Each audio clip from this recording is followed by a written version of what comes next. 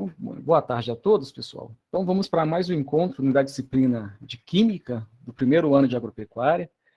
Hoje, novamente, por necessidade, né, tivemos que juntar as duas turmas aí, a turma 1A e a turma 1C. Né? Foi uma forma que a gente encontrou de não ficar ninguém com prejuízo, né, e manter as duas turmas com os mesmos conteúdos, né, e o mesmo número de aulas. Ok? Eu vou pedir licença para vocês aqui para me apresentar a minha tela.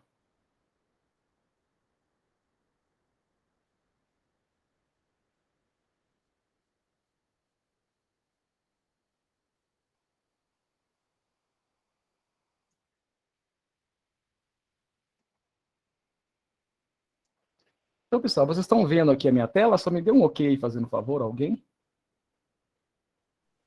Eu estou vendo. Não, então tá ótimo, pessoal.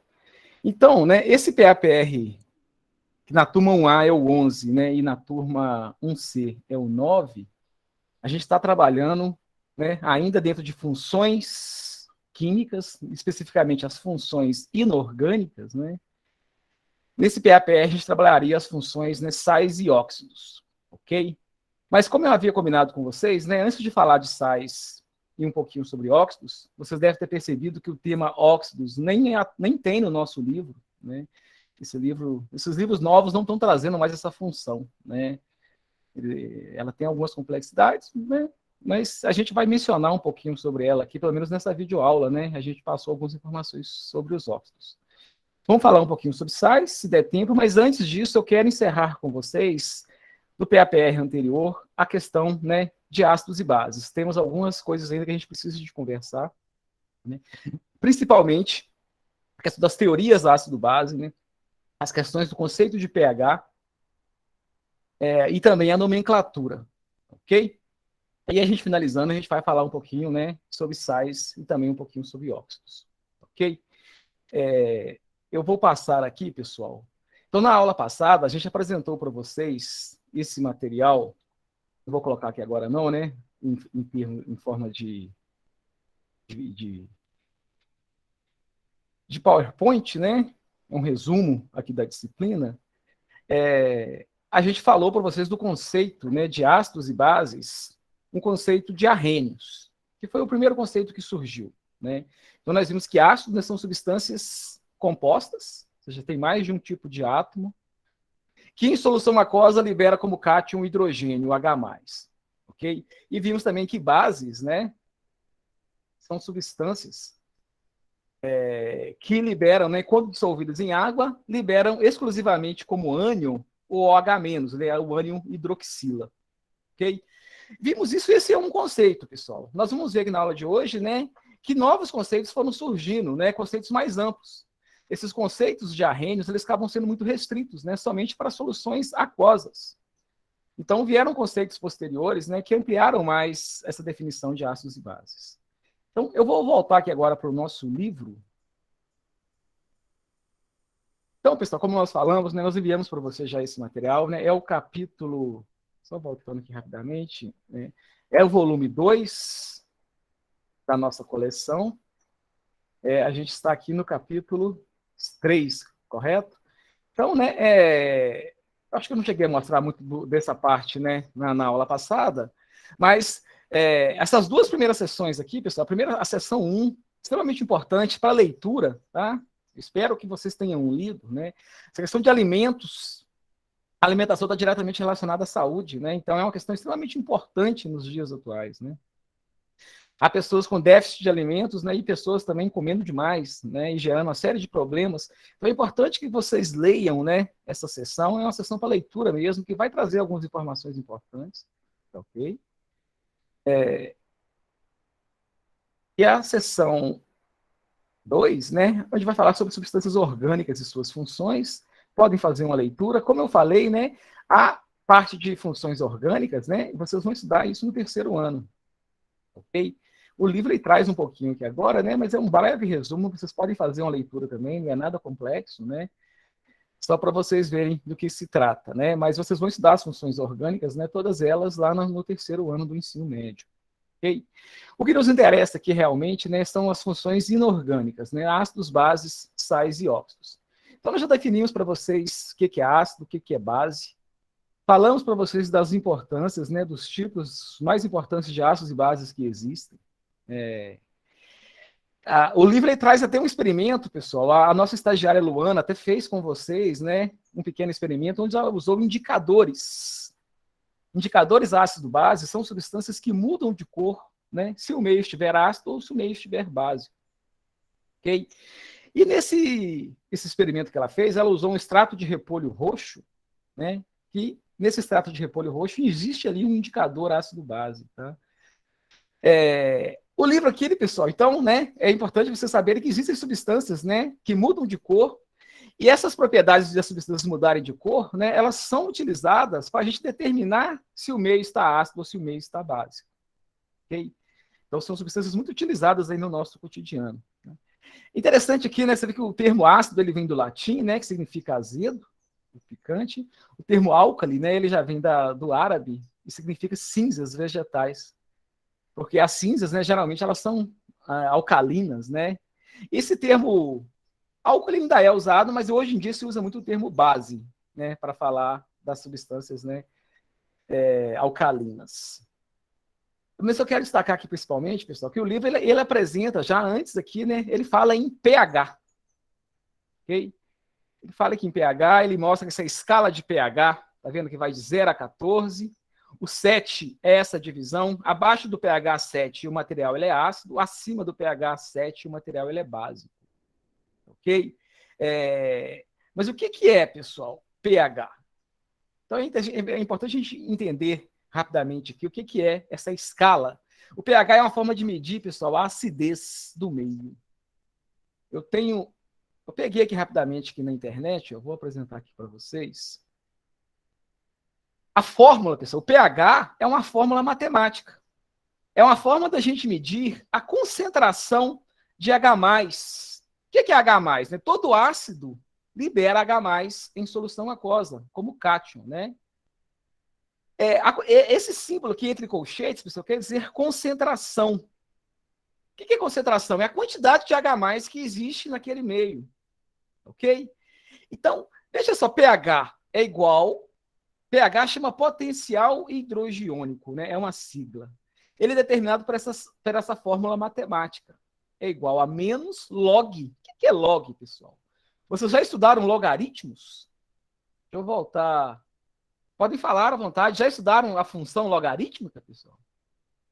Nesse primeiro ano? Deixa eu parar a apresentação aqui rapidamente. E aí, pessoal? Função logarítmica. Estudaram? Eu vi que vocês tiveram muito problema com matemática esse ano, né? Então, mas mesmo assim, vocês viram alguma coisa de logaritmos? Ou já estudaram no ensino médio, no ensino fundamental? Logaritmos? Alguém, pessoal? Ninguém? Ah, sim, beleza, Pedro. Então, o logaritmo, né, é igual uma função, né, uma função matemática. Existem várias funções, né, o logaritmo é uma delas. Então, Roberta, a gente viu, né, pelos conselhos de classe, né, o problema que vocês tiveram com matemática, tá? E um problema, eu como professor, já não querendo incriminar ninguém aqui, fico envergonhado, tá?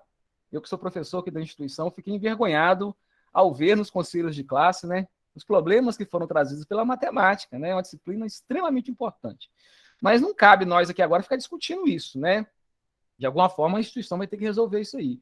Mas a gente viu que teve muito problema com a matemática, né?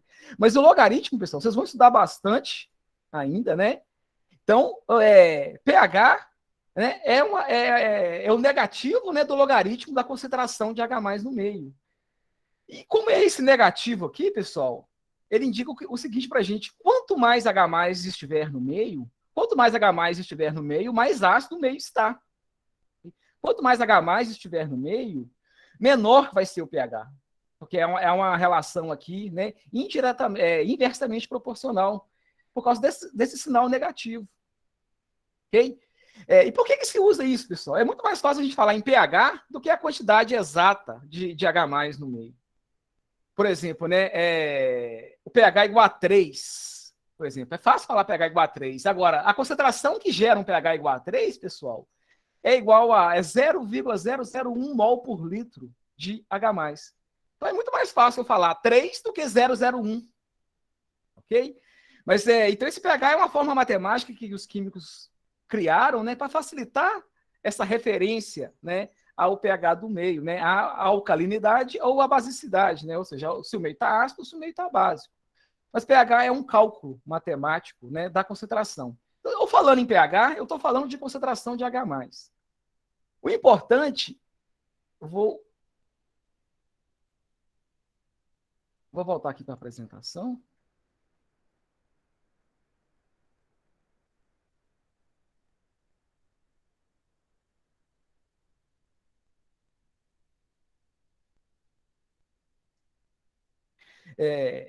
Então, pessoal, existe uma escala de pH. Ela geralmente vai de 0 a 14, mas não é obrigatoriamente, não, tá? É o comum nosso, a gente trabalha com soluções de 0 a 14.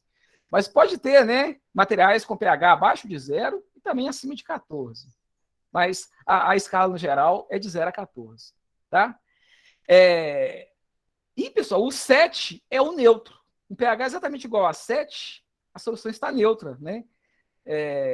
Abaixo de 7 é uma solução ácida e acima de 7 é uma solução básica. Ok? Isso pH. Como eu falei, né, é muito mais fácil falar em pH do que da concentração exata que existe lá no meio. Né? Então é uma forma de a gente referir, porque as concentrações são muito pequenas, são números muito baixos. Né? Então é menor a gente usar números inteiros, né? Que é mais fácil da gente ter essa noção. Ok? Essa figura aqui de cima, né? Ela mostra melhor para a gente, né? Essa escala, né? Então, o material ácido ele tem pH abaixo de 7, o material básico ele tem um pH acima de 7. E quanto maior for a acidez do meio, pessoal, menor vai ser o pH. Como eu falei, por causa daquela relação, da correlação negativa que existe entre pH, né, e a concentração de H+. Quanto mais H+ estiver no meio, menor vai ser o pH. Ok? Então, o pH é uma forma de a gente medir se o meio está ácido, se está básico, se está muito ácido ou pouco ácido, se está muito básico ou pouco básico. Tá? E para determinar o pH de uma substância qualquer, pessoal, existem vários métodos. Tá? Que existem, por exemplo, equipamentos, né, que são sensíveis aos íons H+, então eles conseguem medir diretamente, né, o tanto de H+ que tem no meio. E também usa-se uma série de indicadores. Isso aqui é um sistema que se usa muito em piscinas para determinar o pH de piscinas, né? Que está sendo mostrado do ladinho, né? Geralmente o pH ideal de uma piscina ele tem que estar entre 7,2 e 7,8. Isso aqui, o que é usado para medir, a gente coloca a água da piscina aqui dentro, né, e dá umas gotinhas desse indicador. Isso aqui é um indicador. Pela coloração, a gente tem como saber qual o pH do meio. É um método bem aproximado, né? Existem outros métodos mais exatos, mas é uma forma de se determinar, né, pH de soluções. Ou você pode usar indicadores, tem vários tipos de indicadores aí no mercado, e também a gente pode usar equipamentos próprios, que são chamados pH-gâmetros, né, medidores de pH, que são eletrodos, né, sensíveis ao íon H+. Ok? Então, isso é pH, pessoal, é um conceito muito importante, né? Vocês vão ver falar muito disso, né, ao longo do curso, principalmente na parte de solos, né? Vocês vão falar muito em solos ácidos, solos básicos, né? Um solo ácido, né, porque tem muitas substâncias ácidas ali, né? O pH dele é menor que 7. Né? Um solo básico é que o pH dele é maior que 7. Vocês vão ver falar muito de correção de acidez do solo, esse tipo de coisas assim. Ok? Então, isso é pH. Se alguém tiver alguma dúvida, coloquem ao final e perguntem novamente, tá? Mas é um conceito muito importante que vocês tenham, tá? E lembrando simplesmente que pH é uma forma de medir quanto de H+ que tem no meio. Ok? E é importante, pessoal, que quem leu com detalhe vai ver isso aqui, né? Na hora que eu mostrei aqui mesmo, eu coloquei, né, que pH ou é igual a menos log de H+, ou também menos log de H3 ou mais. O que é esse H3 ou mais? Hoje em dia, pessoal, se sabe, né, que a espécie H+ em água, ela não vai ficar desse jeito, o H+ sozinho. Esse H+ ele vai se juntar a uma molécula de água e formar o íon que a gente chama de hidrônio, o H3 ou mais. Para cálculo de pH não faz diferença alguma, tá? Por isso que a gente mostra, né, a fórmula. É igual, né? Ou usa H3 ou mais. A quantidade de H+ que existe no meio é a mesma de H3 ou mais. Isso aqui é só para a gente ter uma noção exata, né? Que dentro de uma solução aquosa, dentro de água, você não encontra esse H+ isolado. por ele ser um cátion, né, extremamente pequeno, ele acaba se juntando a uma molécula de água, né, e forma esse íon complexo aqui, que é chamado H3 ou mais. Ok? É só uma explicação a mais, não faz nenhuma diferença, né? Uma solução ácida, ela tem uma concentração de H3 ou mais, ou H+, né? Acima de certos valores, ok? Então, esses dois valores são sempre iguais. Mas é só para a gente ter essa noção que dentro de água mesmo não vai ter H+. O que existe é o H3 ou mais, ok? Essa sessão ela termina falando das aplicações dos ácidos, né? É importante que vocês leiam também. A gente mostrou alguns lá no slide, né? Aqui talvez vai ter alguns que a gente não falou lá, ok? Então é importante que vocês deem uma noção, né? Deem uma olhada, né, nesses principais ácidos e também aqui das principais bases, ok? A gente mencionou algumas também lá no slide. Mas é importante vocês conhecerem que muitos materiais que a gente usa no nosso dia a dia, né? Ou são ácidos ou são básicos. Ok? Aqui toda a parte de base, né? Que nós já falamos também. E aí, sim, pessoal, a parte de nomenclatura. Para a gente encerrar essa parte, é o seguinte, né? A gente precisa de dar nomes para as substâncias. A gente não vai cobrar de vocês, pessoal, essas regras de nomenclatura, né? Eu vou te dar uma substância qualquer na prova, e em sistemas, processos seletivos nenhum tem cobrado isso mais, né? Te dá uma substância qualquer lá e pedir para você dar o nome dela. Mas é importante você saber de onde vieram esses nomes, né? Que os nomes das substâncias, eles têm que ser os nomes sistemáticos, né? Uma substância não pode ter mais de um nome, né? Ou uma mesma substância ter nomes diferentes, dependendo da região ou do país. Então, existem regras de nomenclatura de substâncias químicas, né? O mesmo nome de uma substância aqui tem que ser o mesmo lá no Japão, na China ou em qualquer parte do mundo, ok? Então, existem regras de nomenclatura. Eu vou voltar aqui agora para os nossos slides.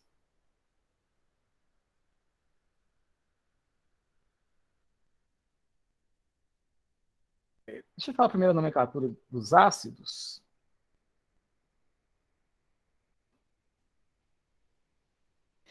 Então, a nomenclatura de ácidos, pessoal, a nomenclatura oficial, todas as substâncias também costumam ter nomes vulgares, né? É como fossem apelidos. Mas as substâncias têm também os nomes oficiais. Esses nomes, né, que elas são comercializadas, que elas são, né, conhecidas oficialmente. Então, são nomes, né, que têm que ter regras bem restritas, bem próprias, né? A regra, pessoal, para nome de ácidos, a gente se lembra que a gente falou de hidrácidos e oxiácidos? Hidrácidos são substâncias que não contêm oxigênio, não são ácidos que não contêm oxigênio. E já os oxiácidos, eles contêm oxigênio na sua forma. Então, o nome dos hidrácidos, todos os ácidos, pessoal, eles têm H+. Né? Eles liberam H+ em solução. Então, eles liberam um cátion H+, e um ânion, né? Que vai depender de qual ácido for. Então, pessoal, os nomes, né? O que vai determinar os nomes dos ácidos vai ser os ânions que estão junto com o H+ ali. Ok? Então, a gente vai ver que para os ácidos, os hidrácidos, que não têm oxigênio, né? Vai ser ácido, todos os nomes, todos os ácidos, né? O nome deles começa com ácido. E se for um hidrácido, vai terminar em hídrico. Né? E se for um oxiácido, vai terminar ou em ico ou em oso. Ok? Deixa eu sair aqui, pessoal. Parece estranho, né? E assim, deixa eu ir já aqui no nome das bases, desculpe. E as bases, pessoal, a gente viu que as bases, todas elas, né, contêm o ânion hidroxila. Todas as bases são iguais em termos de ânion, né? Todas elas liberam o ânion hidroxila. A nomenclatura, pessoal, das bases, e a gente vai ver as nomenclaturas dos sais, né, nesse PAPR que a gente está vendo, né? O nome dos sais, a base, né, não é um sal, mas a nomenclatura é muito parecida, né? Os sais é o nome do ânion e o nome do cátion. As bases é uma regra específica, por quê, né? O ânion nas bases sempre é o hidróxido.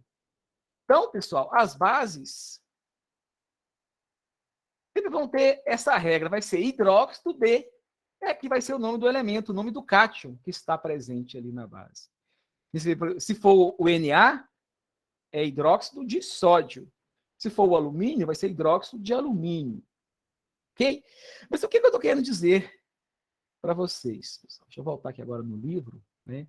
Para a gente dar nome, pessoal, ácidos, bases e sais, a gente precisa de conhecer tabelas. Por isso que, né, a gente poderia até cobrar isso de vocês, mas a gente teria que fornecer essas tabelas, pessoal. Todos os cátions têm nomes e todos os ânions também têm nomes.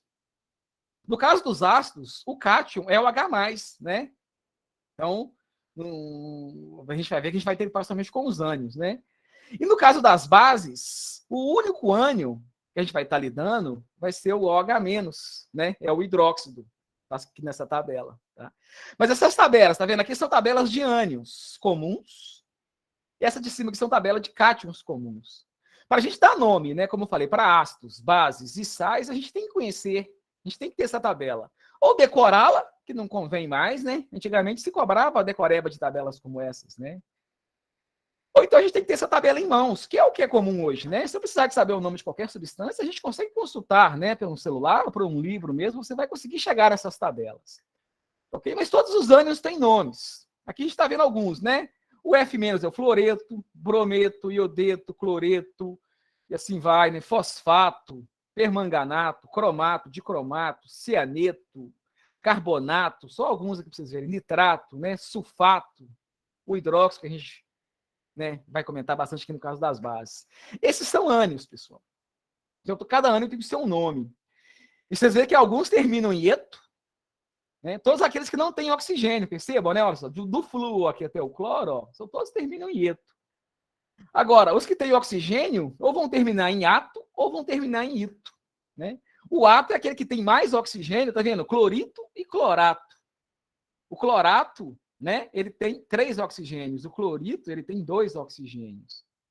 E assim por diante também. Nitrito e nitrato. É tudo NO, só que esse NO3, NO2. O NO3- é o nitrato. O NO2- é o nitrito. Tá? Você vê que se não tem oxigênio, tá vendo o S2- é o sulfeto. Então, pessoal, com base nos nomes dos ânions e dos cátions, é que a gente vai dar nome para ácidos e bases. No caso do nome dos ácidos, aqui a regra, bem clara, né? Vai ser ácido, nome do ânion sem o sufixo dos ânions, a gente viu lá, né? É eto, ato ou ito, né? Cloreto, por exemplo, sulfato, nitrito, né? E o sufixo do ácido. Todos aqueles, né, ácidos onde o ânion termina em eto, os hidrácidos, ele vai terminar em hídrico. Por isso, aquele ácido, né, que é formado com o cloro, é o HCl, ele vai se chamar ácido clorídrico. Porque esse ânion, ele é chamado cloreto. O ácido oriundo dele vai ser o ácido clorídrico. O ânion originado, né, o ácido originado do ânion sulfato, né, tudo que terminar em ato, o nome do ácido vai ser íco. Então, por isso que o ácido, né, que é formado pelo ânion sulfato, ele se chama ácido sulfúrico. O ácido que é formado pelo ânion nitrito, por exemplo, que é o NO2-, também que termina em ito, ele vai se chamar ácido nitroso. Ok? Então, existem essas regras, pessoal. A gente não quer que vocês decorem essas regras, só quer que vocês saibam, então, que todo ácido ele tem um nome específico de acordo com o ânion que o forma. E é importante vocês terem essa noção muito clara, né? Se é um ácido, o cátion que libera é o H+, o ânion pode ser qualquer um dessa relação que está colocada aqui, né? Se for um ácido onde o ânion é o iodeto, vai ser o ácido iodídrico. Todos que terminar em eto aqui, né, o ácido correspondente vai terminar em hídrico, né? Todos que terminar em ito, o ácido vai ser terminado em oso. E todos que terminar em ato, o ácido vai ser terminado em ico. Ok? Ico, oso e hídrico vai ser as finalizações dos nomes. Tá joia? Pois qualquer dúvida, podem me mandar, tá, pessoal? Ao final da aula. Ok? Então, esses são os nomes dos ácidos. Já, deixa eu ver aqui se tem algum exemplo.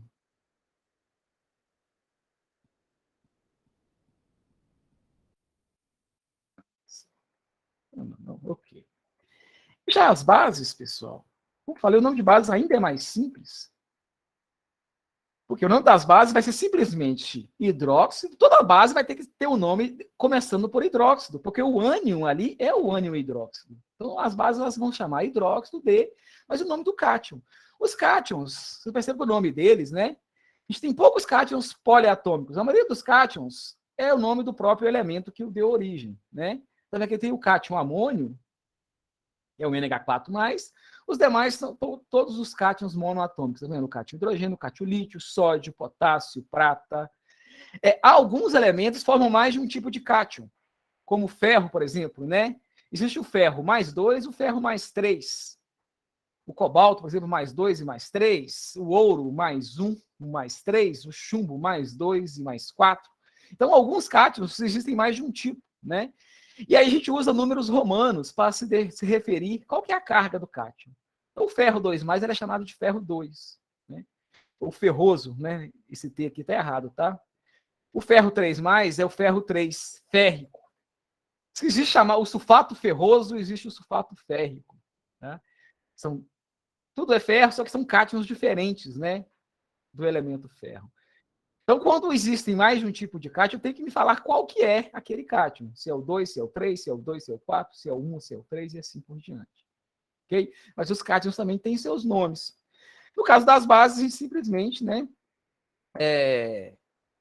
A gente vai ser o nome da base vai ser hidróxido D e o nome do cátion que é acompanhar o ânion hidróxido. Então, por exemplo, né? NaOH. O cátion aqui é o cátion Na. A base vai chamar hidróxido de sódio. O FeOH2, o cátion aqui vai ser o ferro 2, pessoal. Então, isso se chama hidróxido de ferro 2. O FeOH3, o cátion aqui é o ferro 3. Então, essa base vai se chamar hidróxido de ferro 3. Okay? Se o cátion que for amônio, o NH4OH, tá vendo? O cátion aqui é o NH4+, que é o cátion amônio. Então, essa base vai se chamar hidróxido de amônio. Ok? Então, pessoal, essas são as regras, né? É assim que se dá nome para essas substâncias. E aí tem alguns exercícios que pediu, né? Para vocês darem nomes, né? Ou a partir do nome da fórmula. Se tiver alguma dúvida quanto a isso, a gente resolve ao finalzinho aqui da aula, tá bem? Mas, como eu falei, pessoal, processos seletivos praticamente nenhum mais fica cobrando isso, não. Esse é a decoreba, né? Porque nesses processos a gente só tem uma tabela periódica em mãos. A gente não tem tabela de cátions e de ânions. Eu precisaria de uma tabela de ânions, no mínimo, né? Para mim poder dar nomes a essas substâncias. Ok? Então, a gente não vai cobrar de vocês também na prova, né? Diretamente nomes, tá? Mas é importante que você saiba que existem regras para isso. O livro ele faz essa sessãozinha sobre chuva ácida, uma sessão para vocês lerem, que são muito importante, né?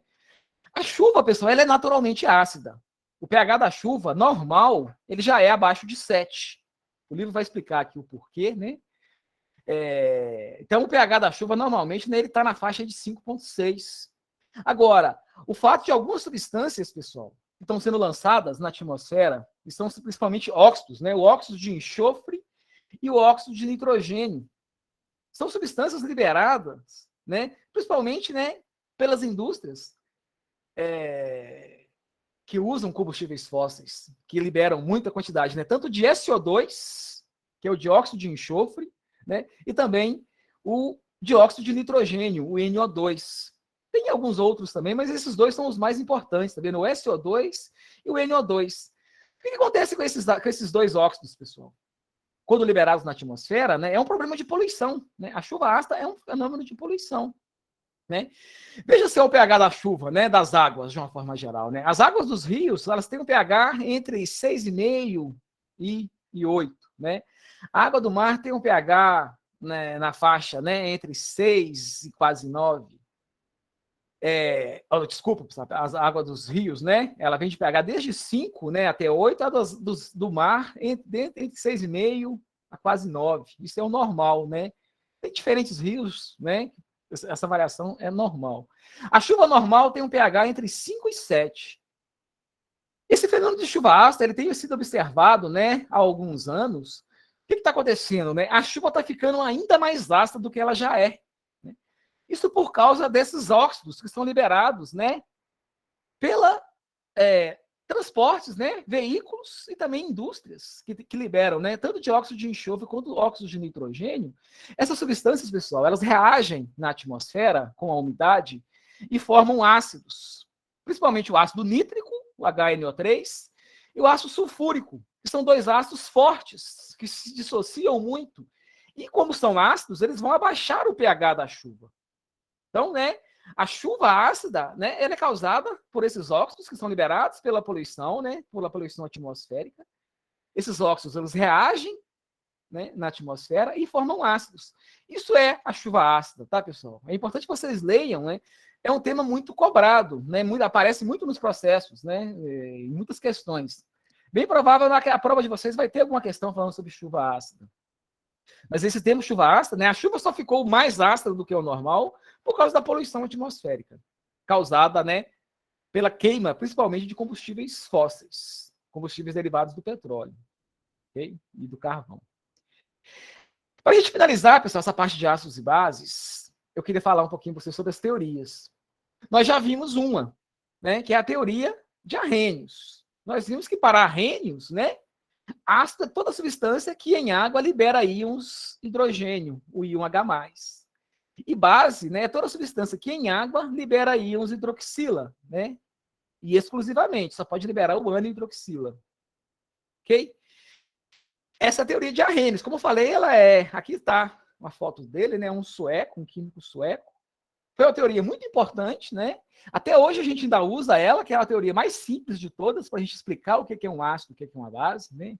Então a gente vê que o HCl é um ácido, libera H+, como cátion, é um ácido. O NaOH é uma base, ele libera OH- como ânion, okay? No processo de ionização. Okay? Agora, pessoal, é importante esses termos, tá? Ionização e dissociação. Ionização é a separação da substância, né, em seus íons. Okay? Então, os ácidos se ionizam e as bases se dissociam. São termos, né, bem similares, mas, né, são próprios, né? É quase basicamente a mesma coisa. Ionização, né, dissociação, são quase que sinônimos. É a separação das substâncias em seus componentes. Ok?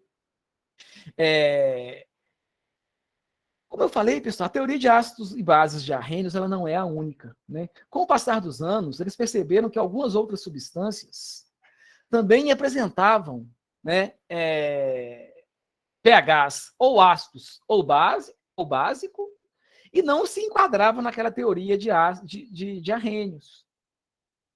Ok? Então, surgiu uma teoria posterior, pessoal, que foi postulada por esses dois cientistas, né? Um dinamarquês, que é esse Bronsted, e um neozelandês da Nova Zelândia, que é o Lowry, né?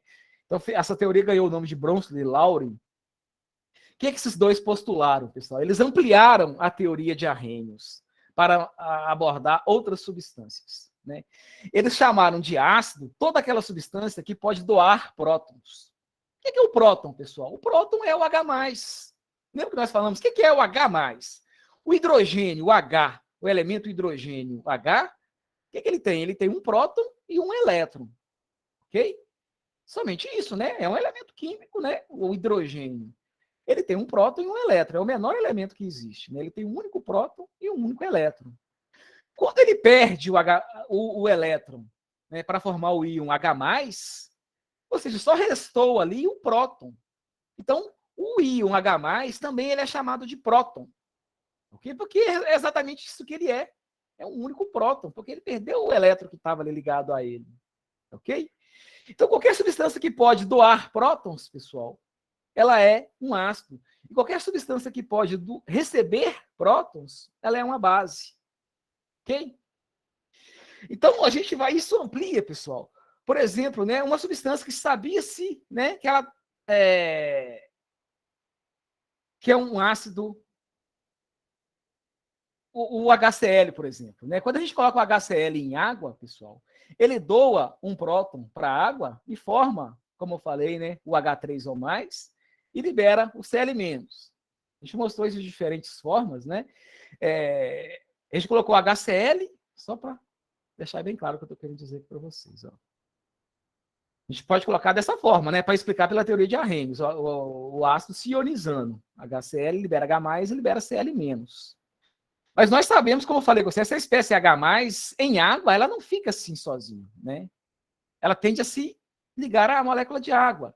Então, o que acontece, na verdade, né, que esse HCl, ele é um ácido, como eu falei de Arrhenius, ele é um ácido também para Bronsted e Lowry, porque ele vai doar um próton, o H+ dele, para a água, e vai formar, né, o H3O+, e vai liberar o Cl-, que é o ânion, ok?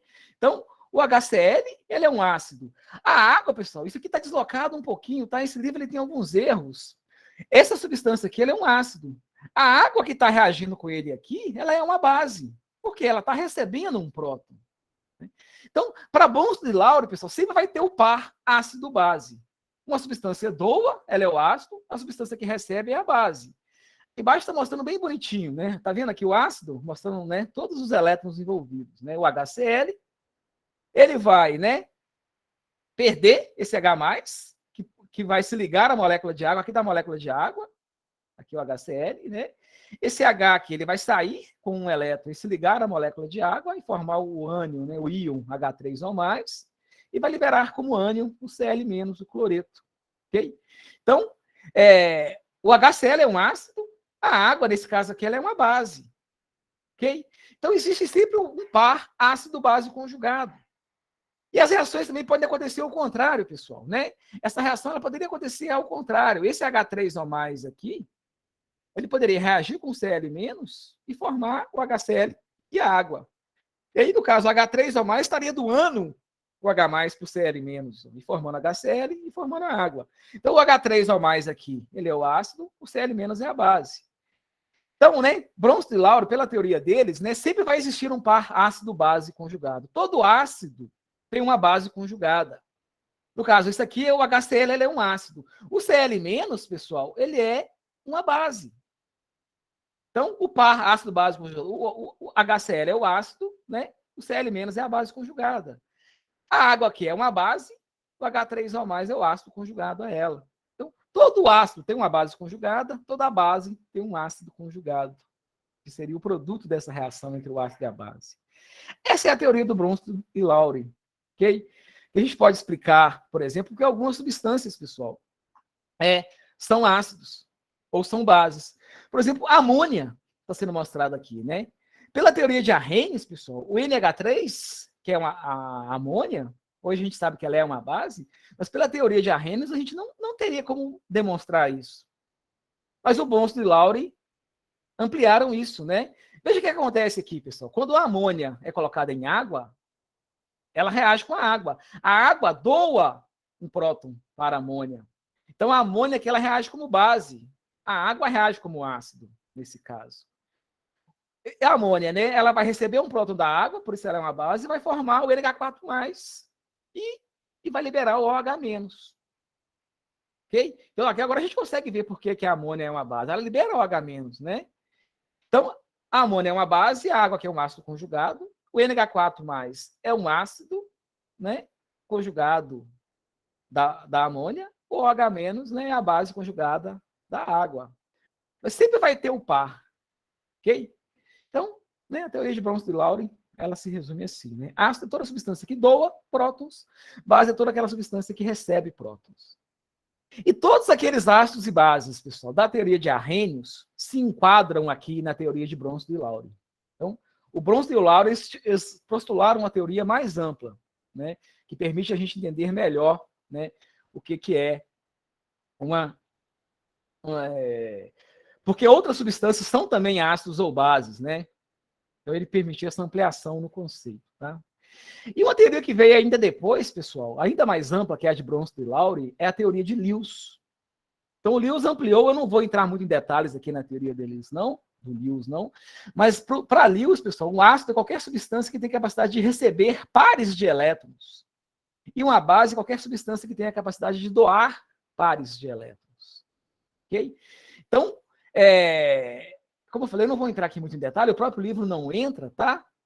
Mas qualquer substância que pode doar numa reação química qualquer, se ela conseguir doar, né, pares de elétrons, ela vai ser uma base, e se ela receber pares de elétrons, ela vai ser um ácido. Okay? Então, muitas outras substâncias puderam ser enquadradas também aqui como ácidos e bases, mesmo que não eram enquadradas, né, na teoria de Arrhenius ou na teoria de Bronsted e Lowry. Mas aqui, de uma forma geral, pessoal, né, isso aqui é como se fosse a teoria de conjuntos, né, lá da matemática, né? Todos os ácidos diarrênios são também ácidos para Bronsted e Lowry, tá? E são também ácidos para Lewis. O contrário, não, pessoal. Algumas substâncias que são classificadas como ácidos pela teoria de Lewis não são ácidos para Bronsted e Lowry, tá? E também alguns ácidos ou bases que são classificados, né, dessa forma para o Bronsted e Lowry não são ácidos pela teoria de Arrhenius. Ok? Mas o contrário é verdadeiro, né? Então, a teoria de Lewis é a mais ampla de todas. A de Bronsted e Lowry é a segunda, né, em amplitude, e a de Arrhenius é a mais restrita. Ok? Mas uma substância que é um ácido para Bronsted e Lowry, ela vai ser um ácido também na teoria de Lewis. Ela não vai ser um ácido na teoria de Arrhenius, porque ela não é exatamente pela teoria como ela foi postulada. Ok? Então, essa parte de teoria é importante vocês terem essa noção, tá? Existem teorias mais amplas, mas o mais importante no momento, pessoal, é vocês dominarem a teoria de Arrhenius. É olhar uma substância, né, e saber se ela é um ácido ou base, simplesmente olhando pela estrutura dela, né? E a teoria de Arrhenius nos permite essa interpretação. Ok? E para a gente finalizar, pessoal, essa aula de hoje, eu vou voltar aqui agora para os meus slides.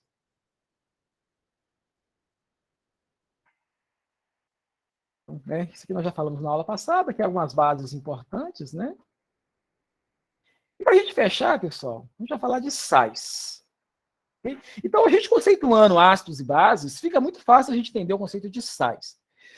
O termo sal, ele é muito usado, a gente usa sal para um composto que é realmente classificado como um sal, né? Que é o sal de cozinha, o cloreto de sódio, né? A gente usa ele, a gente usa o termo sal para se referir a ele, né? Mas várias outras substâncias também são classificadas como sais. Então é importante a gente separar bem, né? O termo sal como função inorgânica e o termo sal, que já é um termo, né, usado, não é um termo oficial, que é usado para denominar o sal de cozinha, ok? Mas qualquer substância, ela é classificada como um sal, né? Se ela liberar, na dissociação dela em água, se ela liberar um cátion diferente de H+, e um ânion diferente de OH-. Ok? Como nós vimos, né, um ácido, ele libera como cátion H+. Uma base libera como ânion OH-. Um sal, pessoal, ele libera um cátion diferente de H+, e uma base e um ânion, né, diferente de OH-. Então, qualquer substância que se enquadrar nisso, né, ela dissocia em água, libera um cátion diferente de H+, e um ânion diferente de OH-, isso tem que ser as duas situações, tá? Tanto o cátion quanto o ânion, né, tem que ser diferentes. O cátion diferente de H+, e o ânion diferente de OH-. Né? São as duas restrições aqui. Ok? E um sal também, pessoal, ele vai se formar sempre como uma reação entre uma reação de um ácido e uma base, né? Aquela reação de neutralização. Nós mostramos aqui na aula passada. A gente deve ter ela aqui novamente, né? Lembra, né? O NaCl é o sal de cozinha. A gente vai ver que ele se chama cloreto de sódio, né? E isso é verdade. Toda vez que eu reajo um ácido com uma base, vai formar um sal e uma água. Se o ácido específico, no caso aqui, for o HCl, né, o ácido clorídrico, e a base for o NaOH, o hidróxido de sódio, vai se formar um sal que vai ser especificamente aqui o cloreto de sódio e vai se formar água. Tá? Essa é a famosa reação de neutralização. A reação entre ácidos e bases. Como eu mencionei, pessoal, essa reação ela acontece no nosso estômago, por exemplo, quando a gente toma um antiácido, quando a gente está com acidez estomacal. Tá? Essa reação também acontece quando a gente faz a chamada, né, calagem do solo. Né? A calagem é a aplicação de calcário ao solo. O calcário ele é uma base. Ele é utilizado para neutralizar, para reagir com o excesso de ácidos que existe no solo. Tá, ok? Então, a calagem é uma reação de neutralização.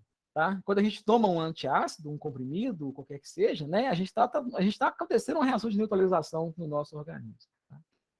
Mas um sal ele se forma entre uma reação de um ácido e uma base. Mas qualquer substância que libera, né, um cátion diferente de H+, um ânion diferente de OH-.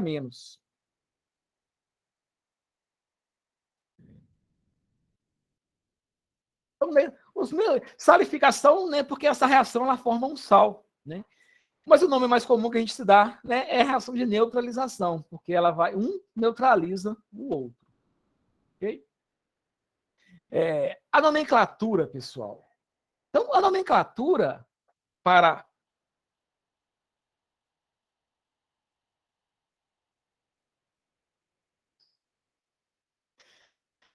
desculpa aqui. A nomenclatura, pessoal, de sais, nós vimos já um pouquinho de ácidos, né, e de bases. A gente fica mais fácil também a gente entender a nomenclatura, né, dos sais. Os sais, pessoal, vai ser sempre o nome do ânion e o nome do cátion. Ok? Aqui ele está mostrando, pessoal, como que se forma o sulfato de cálcio, que é o gesso, que é usado tanto na construção civil, né, como também na ortopedia, aquele gesso ortopédico, né, aquele material branco ali, aquele é o sulfato de cálcio. Isso é um sal, ok? Ele se forma, né, entre a reação do ácido sulfúrico com o hidróxido de cálcio. Tá vendo? O sulfato de cálcio, pessoal, né, o cátion é o cálcio, o ânion é o sulfato. Então, o nome de um ácido, de um sal qualquer, vai ser sempre o nome do ânion, no caso aqui, sulfato, e o nome do cátion. O cátion aqui é o cálcio, então é sulfato de cálcio. Aqui tem alguns cátions, naquela tabela aqui também tem alguns ânions, da mesma forma que já está lá no nosso, talvez tenha alguns a mais, né? Deixa eu só retomar aqui. Então, o nome de um sal, eu preciso saber, né? Qual que é o ânion que está presente, vai ser um desses aqui, né? Ou tem tabelas também mais amplas, esses são os mais comuns, né? E vai ser um desses cátions aqui. Então, vai ser o nome do ânion, e o nome do cátion. Então, é uma forma bem simples de nomenclatura, né? Deixa eu vir aqui para sais. A parte de sais ela é bem tranquilinha, né? Desse último PAPE, né? Mas aqui o conceito, tá vendo? Sal é toda substância que em água libera pelo menos um cátion diferente do próton H+, e pelo menos um ânion diferente da hidroxila OH-. Deixa eu ver aqui a parte de nomenclatura, né? Então, aqui nomenclatura de sais, né? Por exemplo, um sal formado pelo ânion cloreto e pelo cátion ferro 3. Vai ser o FeSL3. Cloreto de ferro 3. O sal que é formado, né, pelo ânion sulfato, pelo cátion sódio, por exemplo, vai ser sulfato de sódio, né? Na2SO4. Sulfato do SO4, Na, sódio, sulfato de sódio. Se for, por exemplo, né, o ânion é o nitrito e o cátion é o zinco. O nome vai ser nitrito de zinco. Ok? Zn zinco, o NO2 é o nitrito. Então, para a nomenclatura de sais, simplesmente a gente tem que saber, né? Qual que é o ânion que está presente ali, qual que é o cátion que está presente ali. E o nome é simplesmente essa junção, né? O nome do ânion, e o nome do cátion. Ok? Então, é uma nomenclatura bem tranquila. Em termos de sais importantes, pessoal, um primeiro aqui, que ele é muito utilizado,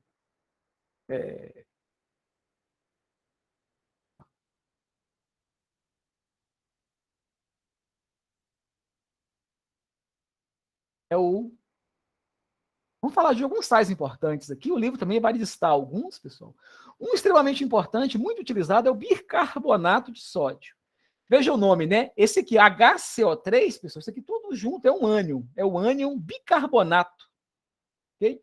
E o Na é o sódio. Então, essa substância é chamada de bicarbonato de sódio. Deixa eu só mostrar para vocês aqui, né? O ânion bicarbonato. Né? Deve estar aqui na nossa relação. Aquela tabela, né, de ânions. Aqui, ó, tá vendo? Bicarbonato, HCO3- é um ânion. Existe o carbonato, que é o CO3-2-. O HCO3- é o ânion bicarbonato. Ok? Então, o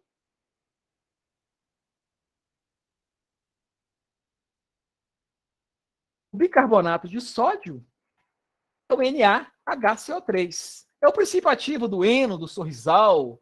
Tem uma série de antiácidos, né, que são vendidos aí, antiácidos efervescentes. A base deles é o bicarbonato de sódio. A gente usa também o bicarbonato da forma pura, né? Para alguns fins culinários. Algumas pessoas, eu particularmente até tomo. Quando eu estou com acidez estomacal, eu tomo até o bicarbonato puro mesmo de sódio. Ok? Ele é um pó branco, pessoal, que perde CO2 com facilidade. Ele é efervescente. Ok? Ele é usado, né, como antiácido estomacal, como eu falei, né? Fermento químico e também nos extintores de incêndio. Isso porque, pessoal, eles sofrem essa reação, né? Essa substância, quando ela é adicionada em água, né, ela libera o NaOH. É um sal básico, tá?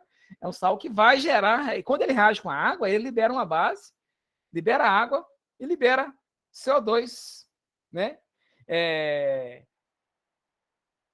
E o CO2, na verdade, pessoal, né? O sal, né? Quando ele reage com a água, aquela reação contrária, ele vai formar uma base e o ácido. O ácido que é formado aqui nessa reação desse sal com a água é o ácido carbônico. Só que o ácido carbônico ele é muito instável, ele se dissocia rapidamente e libera o CO2. Por isso que os comprimidos, né, à base de bicarbonato, são efervescentes. Porque esse ácido, né, ele vai se decompor e liberar o CO2. Então, todos os comprimidos efervescentes têm bicarbonato na sua fórmula. Porque, né, ele vai, né, e isso dá um sabor. Por que eles põem isso, né? Ele é o antiácido em si, para que usam uma efervescência ali? Isso dá um saborzinho, né? Dá uma acidezinha ali e deixa um pouquinho mais gostoso o medicamento em si. Mas o bicarbonato de sódio é um sal. Um outro sal extremamente importante, pessoal, é o carbonato de cálcio, CaCO3. O CO3 é o ânion carbonato. O cálcio, né, é o cátion cálcio. Essa substância, né, é o calcário, que é utilizado na agricultura aí, como na calagem, né, para corrigir o pH do solo. É também a base do mármore, né, que a gente usa para fazer mármores, né, principalmente na construção civil. Também a base da indústria do cimento, pessoal, né? É com base, né, nas rochas, né, a base do carbonato de cálcio, que se produz o cimento. Tá? Mas ele é um sólido branco que, por aquecimento, ele perde CO2 e produz o óxido de cálcio, né? É uma reação de calcinação que a gente chama, né? Então, tá vendo, ele é usado na fabricação de cimento, né, como corretivo do solo e também como fungista em metalurgia. Essa substância é usada, né, para fins metalúrgicos também. Aqui está mostrando a reação, né? Quando ele é aquecido, né, ele se decompõe em óxido de cálcio e CO2. Okay? Mas o carbonato de cálcio então, é extremamente importante também do ponto de vista industrial e também do ponto de vista agrícola. Nitrato de sódio, pessoal, é também extremamente importante. Também. Nitrato, NO3, é o ânion nitrato. Sódio, né? O nitrato de sódio também é chamado de salitre do Chile, que era de onde vinha, né? As grandes minas de nitrato de sódio estavam lá no Chile. Né? Isso é muito utilizado, pessoal, na indústria de explosivos e também como fertilizante. Né? Os fertilizantes à base de nitrogênio, né? Contém sempre o nitrato. O nitrato, então, o nitrato de sódio, o salitre do Chile, ele foi muito utilizado para a produção de explosivos, né? Principalmente durante as guerras, e também como adubo na agricultura. Okay? Então, ele é um sólido cristalizado no sistema cúbico, além de ser um ótimo oxidante para reações químicas. Tá? Ele é usado na fabricação de fertilizantes e também como explosivo. Okay? O cloreto de amônio, pessoal, NH4 é o cátion, amônio, Cl é o ânion cloreto. Isso também é chamado de sal amoníaco, muito usado aí, né? Ele é um sólido granulado obtido do líquido amoniacal, né, nas fábricas de gás. Ele é usado na fabricação de pilhas, na soldagem, na galvanização do ferro e na fabricação de tecidos. Então, é um sal extremamente usado na indústria também, né? Muitas aplicações importantes. Ok? Cloreto de amônio. Ok? E para finalizar rapidamente, pessoal, não vou dar muitos detalhes, a gente não vai cobrar nada de vocês sobre óxidos, o livro nem traz, mas como eu coloquei, né, eu quero dar somente aqui o conceito. Então, o que é um óxido? É um composto binário oxigenado, ou seja, é um composto binário, tem que ter dois átomos, então, diferentes, e um deles é o oxigênio, no caso, o mais eletronegativo ainda. Então, qualquer substância que contém dois átomos, um deles é o oxigênio, e o oxigênio é o mais eletronegativo, essa substância vai ser um óxido. Okay? Então, alguns exemplos aqui de óxido. A própria água, pessoal, é um óxido. O CO2, né, o gás carbônico, é um óxido. MN2O7, o Fe2O3, são todos óxidos. Né? São compostos binários, dois tipos de átomos diferentes, sendo que um deles, né, é o oxigênio e ele é o mais eletronegativo. Então, isso é óxido. É uma função muito importante, ok? Eu não vou entrar no aspecto de nomenclatura, não, mas é uma nomenclatura bem simples, né? Porque o ânion, que sempre vai ser o óxido, né? Que é o oxigênio. Joia? Não precisa se preocupar com a nomenclatura.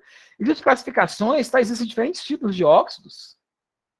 Por exemplo, peróxidos, né? Só para citar aqui, um peróxido muito importante é o peróxido de hidrogênio, que é a água oxigenada. É um óxido, tá? Aqui essa classificação, como eu falei, eu não vou entrar em detalhes da classificação, só quero mostrar para vocês alguns óxidos importantes que são muito utilizados. O óxido de zinco, que é o ZNO, ele é a base, pessoal, dessas pomadas, como o hipogloss, não sei se vocês conhecem aí, né? E é usado também em muitos protetor solar, cremes dermatológicos, de uma forma geral, né? Vocês podem pegar a composição desses cremes, né? Quase todos eles contêm o óxido de zinco, né? Então ele é um sólido branco que é usado na fabricação de cremes dermatológicos, na indústria de tintas e na galvanização do ferro. Ok? O óxido de alumínio, pessoal, que é a bauxita, a alumina, né? O Al2O3, ele também é um sólido muito duro, né? E é extraído, né? E é a partir dele que se obtém o alumínio. Tá? Há muitas indústrias disso aqui no Brasil, tá? Que a partir da bauxita, né, se extrai o alumínio. O alumínio que é utilizado aqui na construção civil, para fazer um papel alumínio, panelas, garfos, né, facas, todos esses utensílios à base de alumínio. Tá? E aqui também está falando que ele é encontrado, né, nas safiras e nos rubis. Mas é a partir do óxido de alumínio, né, que se obtém o alumínio metálico. O H2O2, como eu falei para vocês, é o peróxido de hidrogênio e água oxigenada, né, ela tem essas qualidades, né, a solução aquosa ela se decompõe na presença de luz, ele é um agente oxidante e bactericida, muito usado, né, principalmente para limpeza de machucados, né, e para vários fins em laboratório também, né, a gente usa muito peróxido de hidrogênio, tá, água oxigenada. Existem diferentes versões delas que são vendidas, né, diferentes concentrações. Um outro óxido também é o tetróxido de triferro, que é os ímãs, pessoal. Todos esses ímãs que tem em caixas de som, em muitos equipamentos, né, principalmente equipamentos eletrônicos, contém ímãs. O ímã, ele é um óxido, né, isso é obtido na natureza aí, né? Esses óxidos são encontrados na natureza aí, ok? Ele é um sólido escuro que apresenta características ferromagnéticas, né? Ele é magnetizado. É utilizado na fabricação de caixas de som e aparelhos eletrônicos em geral. Então, qualquer aparelhinho de som aí vai ter ímãs, né? Se você viu um ímã, pode ter certeza que é esse óxido, o tetróxido de ferro. Ok? Para isso, pessoal, deixa eu parar aqui a apresentação. Isso. O que eu tinha que falar para vocês, em linhas gerais, era isso, tá? Era definir, né? Ácidos, bases, sais e óxidos, fizemos isso, né? Na aula de hoje a gente retomou um pouquinho da definição de ácidos e ampliamos ela, né? Para definições mais amplas, ok? Falamos um pouquinho hoje da nomenclatura, né? Desses compostos. É importante vocês saberem, né? Que existem regras para se nomear esses compostos, ok? Mas o que eu tinha que falar para vocês era isso, pessoal. Se tiverem alguma pergunta, né? Façam, né? Pelo chat ou liguem o áudio de vocês. Sou todo ouvidos, tá? Se não houver, eu vou encerrar aqui a gravação, finalizar a aula, tá? Sempre podem me mandar as dúvidas a qualquer momento, tá? Como sempre nós viemos trabalhando, tá joia? Mas então, alguém tem alguma dúvida, alguma questão que queira mencionar, alguma questão que queiram levantar?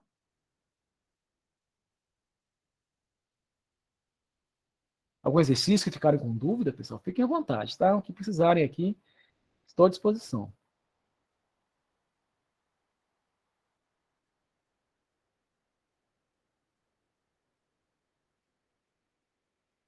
Ninguém, pessoal? Tá tranquilo? Tá tranquilo, professor.